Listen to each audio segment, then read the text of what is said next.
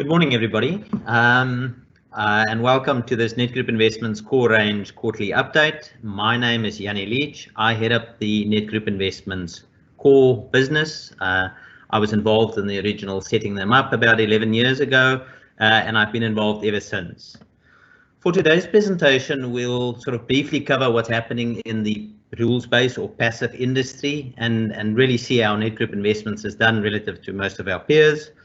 The second part of the presentation will cover the economic and market overview, which will basically just give you an indication of where the returns have come from within the core range, which is the last part of this presentation, where I will actually cover the latest performance of the funds and sort of just look at some of the attribution in terms of asset allocation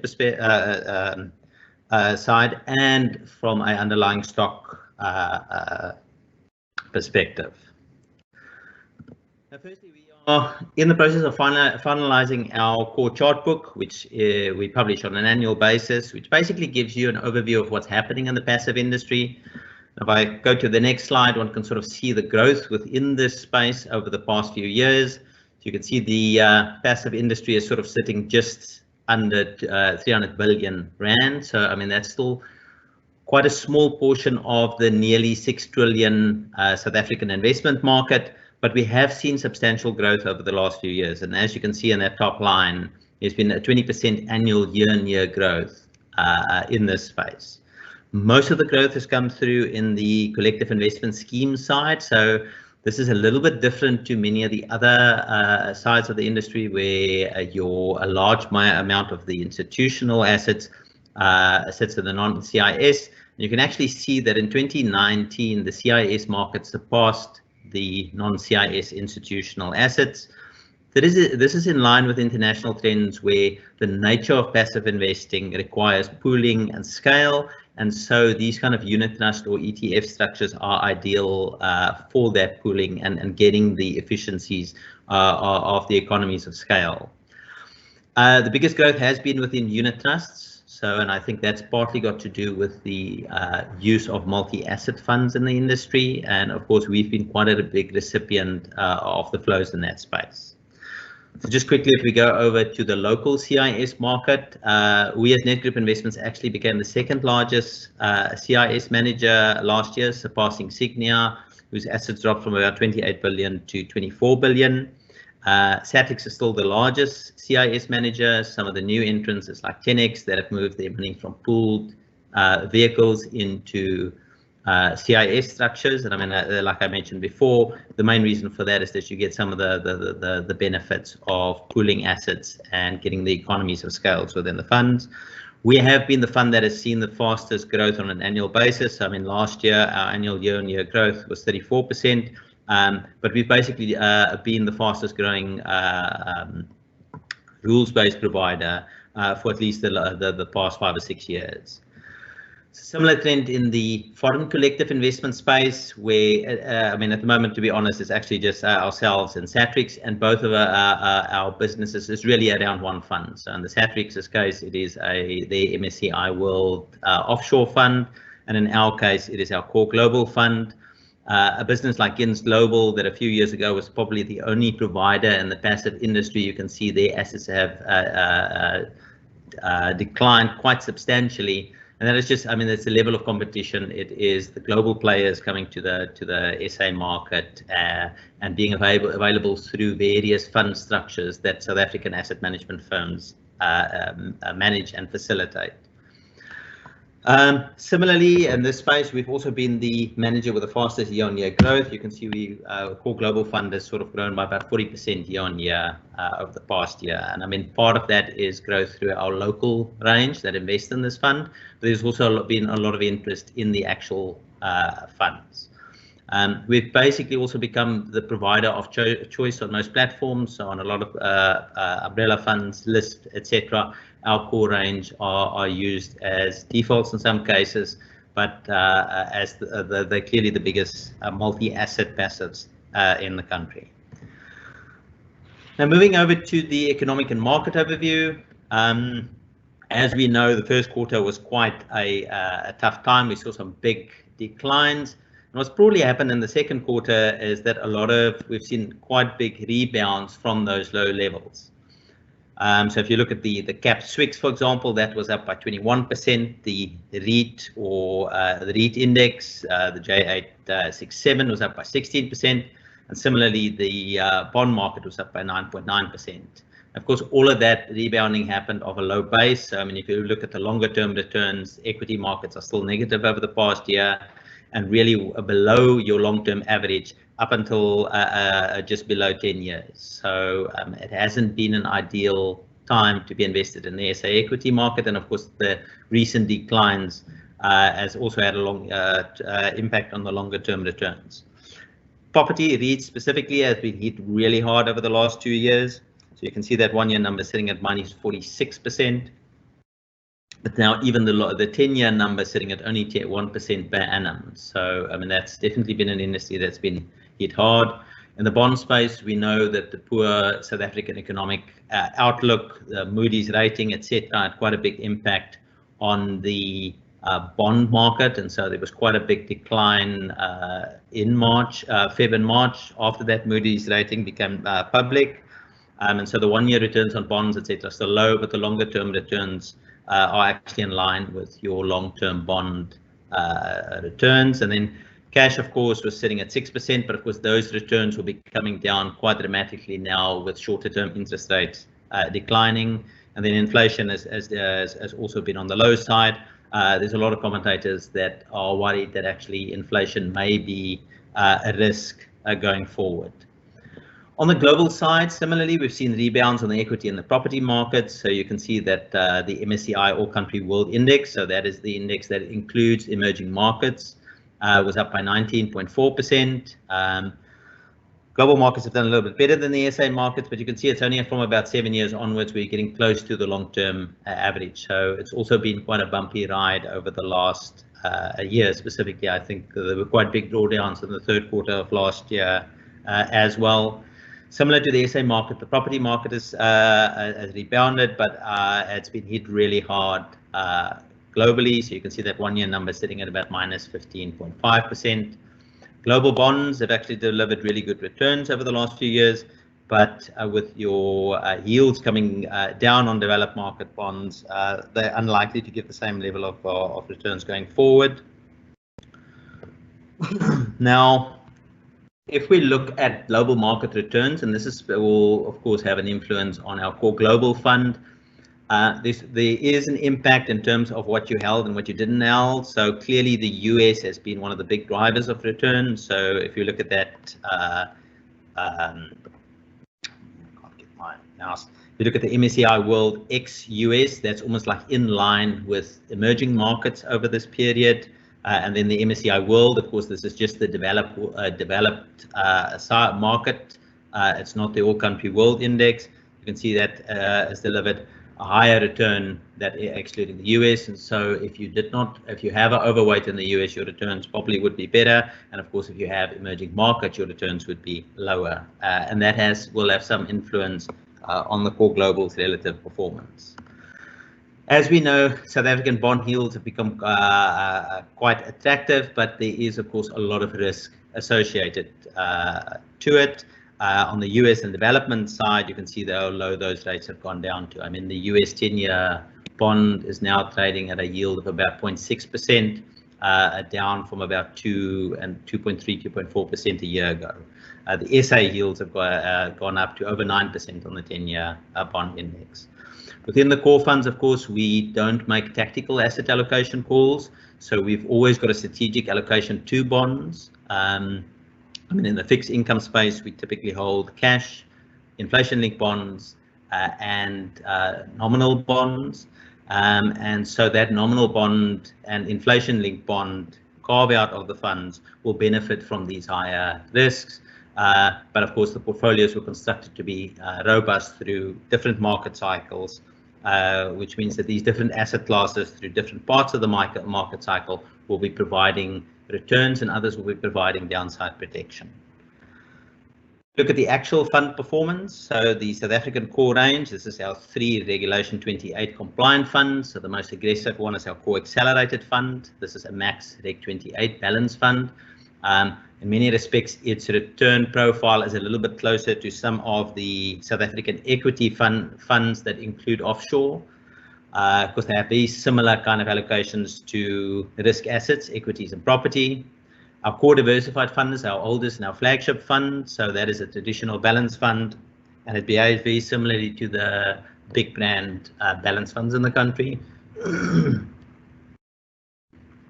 And then lastly is our core guarded fund, that is our conservative fund or stable fund in the range, that sort of targets a return of inflation plus 2 to 4% and has about 40% in the risk assets. Look at the returns. So firstly, our core diversified fund over the past quarter, as you can see, it's had quite a strong comeback. So the fund is up 16.5% versus the peers of 13.4%. Part of this is the fact that the funds get rebalanced on a quarterly basis. So the asset allocation is almost always close to the strategic asset allocation. And so you get full exposure to your risk assets within the fund. And therefore, when you do get a rebound, you get some of the benefits of that. And when we did the rebalance in March, there was a lot of rebalancing from offshore to South African assets, which included both SA equity, property and bonds. And as you could see in that performance slide, market performance slides, all three of those asset classes have done really well. And that sort of definitely contributed to the fund return over the longer period. But even if we look at the past year, which includes a number of drawdowns, so both at the end of 2019 and earlier in 2020, you can see the fund is still marginally ahead of most of its peers. And that is sort of just testament of the way in which we constructed these portfolios, where they are very broadly diversified across asset classes and underlying holdings, which means that even though the asset allocation is always have full allocations to risk assets, that level of diversification means that their drawdowns are very similar to a lot of their big brand peers. Like I said, that's just part of the design of the funds. As we can see in the balance space over 3, 5, and even 7-year periods, most of the balance funds haven't been able to achieve their real return objectives, mainly due to the poor performance of equities, which is your biggest driver of growth over the long term. As you can see, the fund over the long term, over 10 and since inception, is about is over 2% ahead of its peers, and that is due to lower fees, and then the fund's structure of giving you that full exposure to risk assets, and then not making any unforced errors, so to speak, with that, because we don't do any tactical stock selection or any tactical asset allocation. If we actually look at the contribution to on an asset allocation level, you can see on the table on the left-hand side, SA equities over the past year was down by 9.8%. Of course, our SA equity carve-out would exclude all property, so which is why that return is slightly better than what the number you saw in the first table of the cap SWIX. But that property, of course, sits in our property carve-out. You can see our listed property carve-out delivered minus 44%. So that contributed. Both of those two asset classes were detractors on the portfolio over the past year. And then really what assisted the funds have been cash. So our cash carve-out is over the last 5 or 6 years, I think, has delivered close to 9%. It's now slowly but surely coming down, and it's been quite a good benefit to the fund in terms of providing both stability and a yield with a yield enhancement that comes through those the cash funds that we make use of, assisting with the returns in a difficult environment. But global's really been the best performing, and it's partly the rand depreciating and partly global markets doing better than South African markets. You can see on the right-hand side, when you look at the main contributors and detractors, it's those global funds like the Core Global Fund and the iShares Developed World Index funds that's been some of the biggest drivers.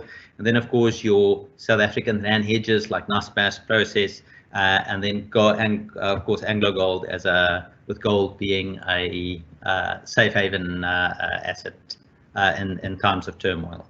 The detractor side, Sasol, and of course the financials sector and property have been the sectors that have struggled the most, and you can basically see that coming through in the portfolio.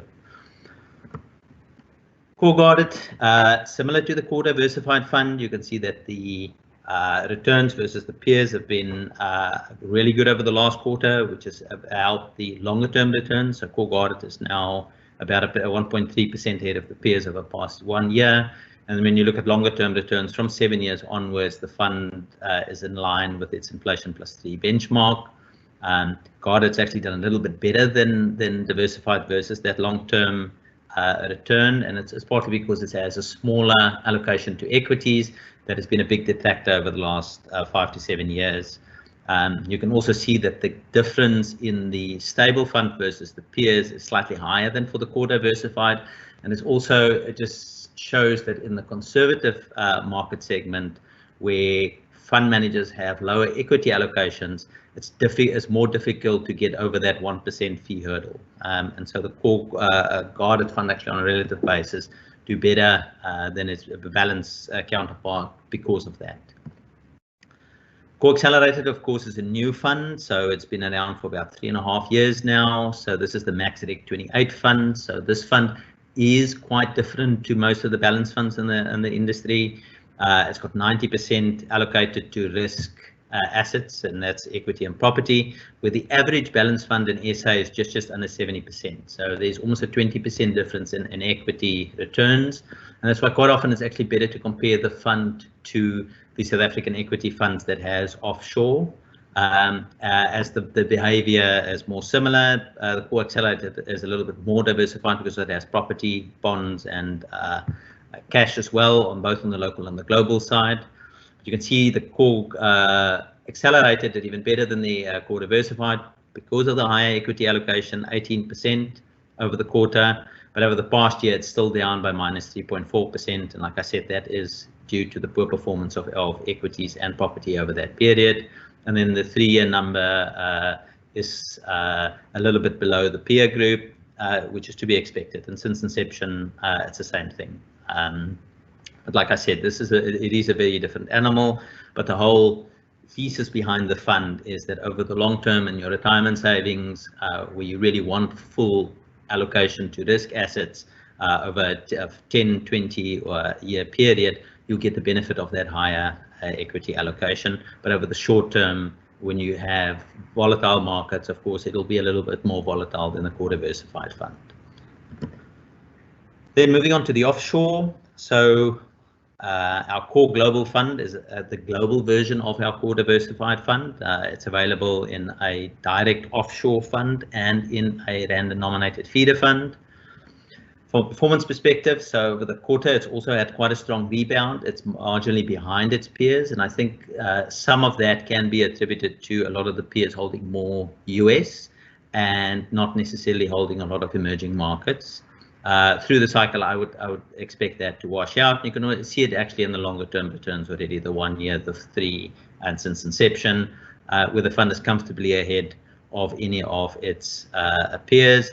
I mean, I think quite a big thing, what I've noticed with the funds over the past like 11 years, is that from time to time they will underperform the peers, but it's never by a materially large number. So it's not like when you invested in a value or deep value fund where your underperformances can often be over 10 or even 15 and 20% over the short term, and then recoup some of that later. These funds are always there or thereabouts, and worst case scenario, it's a little bit like what you're seeing in the UCITS fund there. On the right hand side is the rand denominated feeder fund. So the fund is almost in line with its peers over the quarter, but the longer term, it's about 2% ahead of those peers, and it's similar to with the other funds. It is very broad diversification, lower fees, and all of that sort of comes through in the returns over the long term.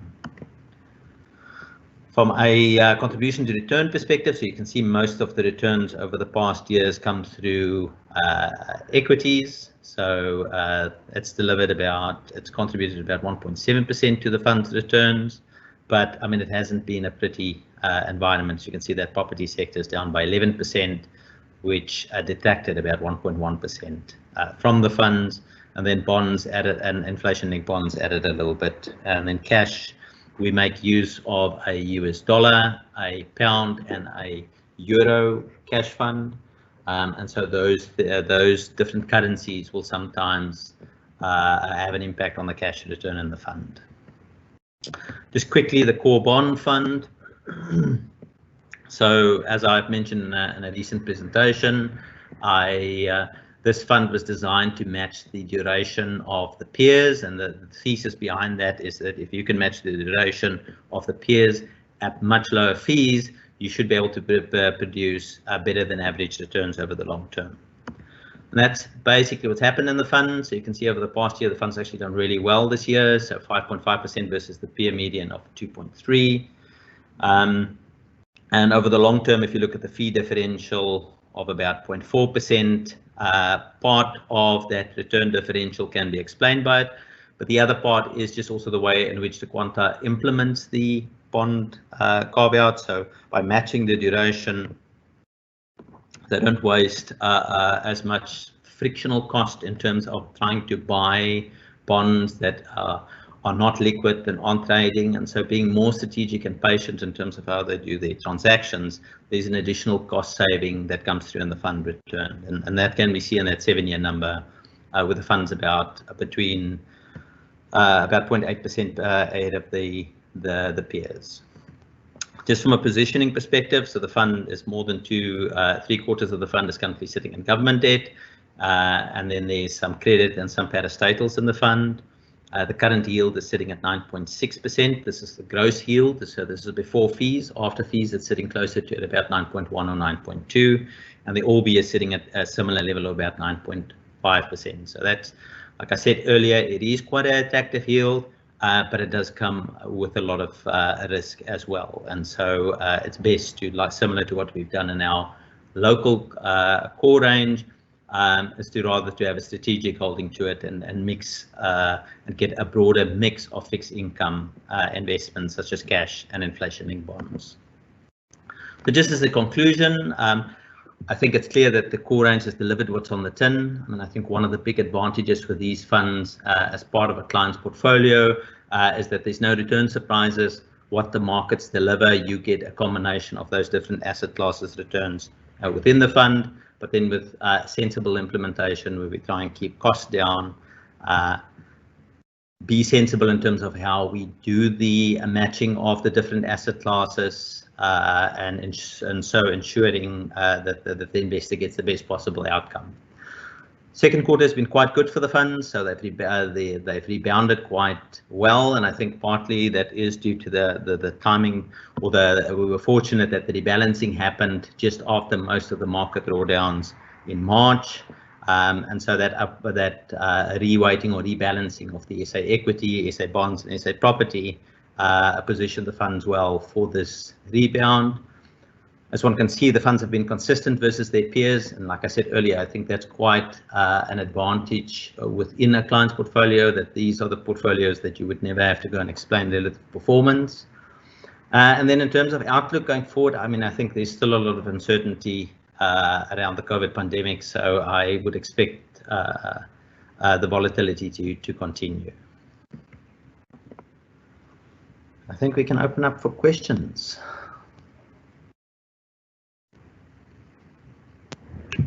Jannie, there's one question. With the yield curve so steep, are bonds a good idea? And if so, why should we invest via the Nedgroup Core Bond Fund?